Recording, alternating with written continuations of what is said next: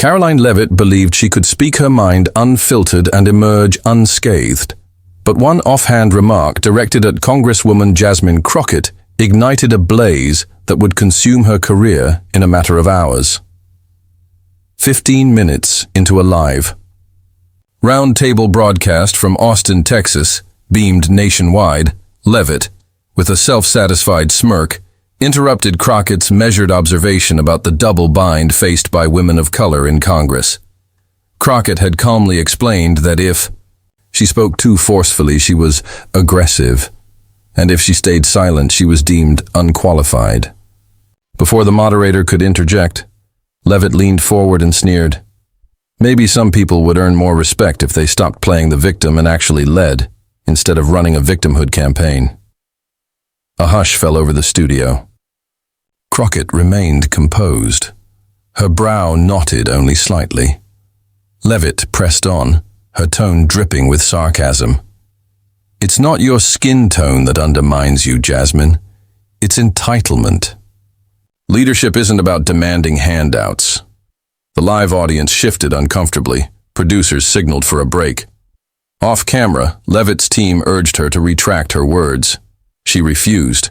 To the crew, she declared, "I said what everyone's thinking." By the time the segment resumed, clips were already spreading on social media. Viewers dissected Leavitt's expression of disdain versus Crockett's poised silence. Within the hour, the hashtag #AccountabilityForCaroline trended on Twitter and TikTok.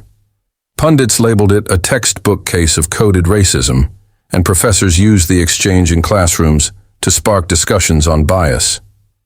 Meanwhile, Crockett's aides quietly compiled transcripts, video snippets, and case law, preparing to treat Leavitt's comment not as a rhetorical gaffe, but as defamation. That night, a former Leavitt staffer anonymously leaked internal messages outlining a poke-and-provoke strategy aimed at progressive women of color. By dawn, the clip had garnered over 12 million views across YouTube, Facebook, and Instagram Reels. Journalists unearthed Leavitt's past jabs, remarks from a 2019 speech mocking implicit bias, a 2021 podcast quip about code switching, and a deleted tweet branding Crockett ghetto. Crockett having said nothing more than, "Words have power, silence does too." We're reviewing our options, watched as civil rights groups, celebrities, and legal experts rallied behind her. Within hours, Crockett's office in Dallas brimmed with supportive letters and flowers. Yet she reminded her chief of staff, Samira, that this was about more than social media support. It was about principle. By afternoon, she instructed her legal team to file suit for $80 million in damages, an amount designed to underscore the seriousness of crossing that line. Attorney Brandon Keyes of San Antonio stood by her side at a press briefing, emphasizing that this was not political theater, but a case of public character assassination. As Part 1 concludes, Leavitt's world teetered on the brink. Sponsors were already reconsidering contracts. Her projected docuseries was in jeopardy. Karoline Leavitt, once a rising star in conservative media, had triggered a reckoning that was only just beginning. In the days that followed, Leavitt doubled down, dismissing the lawsuit as cancel culture run amok in live streams from her New Hampshire home. Each defiant broadcast only deepened the backlash. Podcasters and former interns revealed emails showing Leavitt's deliberate tactics to derail women of color mid-argument. Even sympathetic conservative commentators balked at her record once the full pattern came to light. Meanwhile, Crockett maintained her congressional duties, town halls, and community visits, demonstrating resolute calm amid the storm. Late-night strategy sessions with Brandon revealed the toll the suit took on her. Sleepless nights and weighty doubt, but also moments of profound connection, handwritten notes from constituents, small tokens of gratitude, and letters from students inspired by her stand. Her father, a civil rights veteran, reminded her, "We stand when they try to shake us." By the third week, public sympathy had swung decisively toward Crockett. Educational forums, church gatherings, and civic panels invoked her case as a bellwether for respectful discourse. A faculty roundtable at an Oregon college, Respect in Public Debate, cited her exchange more than any other example. In Phoenix, a city council speaker opened with a reference to her lawsuit.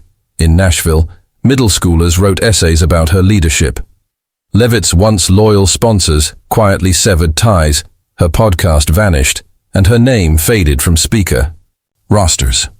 Just weeks before trial in Harris County, Leavitt's new attorney approached Keyes with a settlement proposal.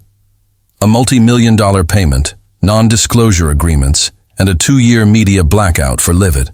No interviews, no podcasts, no live appearances. Keyes drafted his counteroffer. No admission of guilt, but Leavitt must vanish from public platforms. 2 days later, the agreement was signed. Leavitt issued a brief statement through counsel, announcing her personal sabbatical. The silence that followed felt like erasure. Crockett chose restraint over triumphalism. She skipped interviews, kept her schedule full, and let the settlement speak for itself. At a community center in Waco, she shared, "I didn't sue for fame. I sued to draw a line. Crossing it has consequences." Her words earned a standing ovation, and her composed resilience caught the nation's attention more than any viral clip. In the aftermath, Karoline Leavitt's name became shorthand for the cost of unchecked provocation, while Jasmine Crockett's became synonymous with measured strength. Teachers told students, "Lead like Jasmine." Parents urged daughters, "Speak like Jasmine." Crockett never stopped working for her district, but she carried a lighter burden, one lifted by the knowledge that speaking truth with dignity can reshape culture. This wasn't simply a spat between two public figures, nor just a lawsuit for show. It was a turning point in how America understands respect, accountability, and the power of intentional silence. Leavitt vanished not because she was defeated, but because she failed to recognize that the rules had changed. Crockett, by standing firm without shouting, proved that sometimes the quietest strength leaves the deepest impact.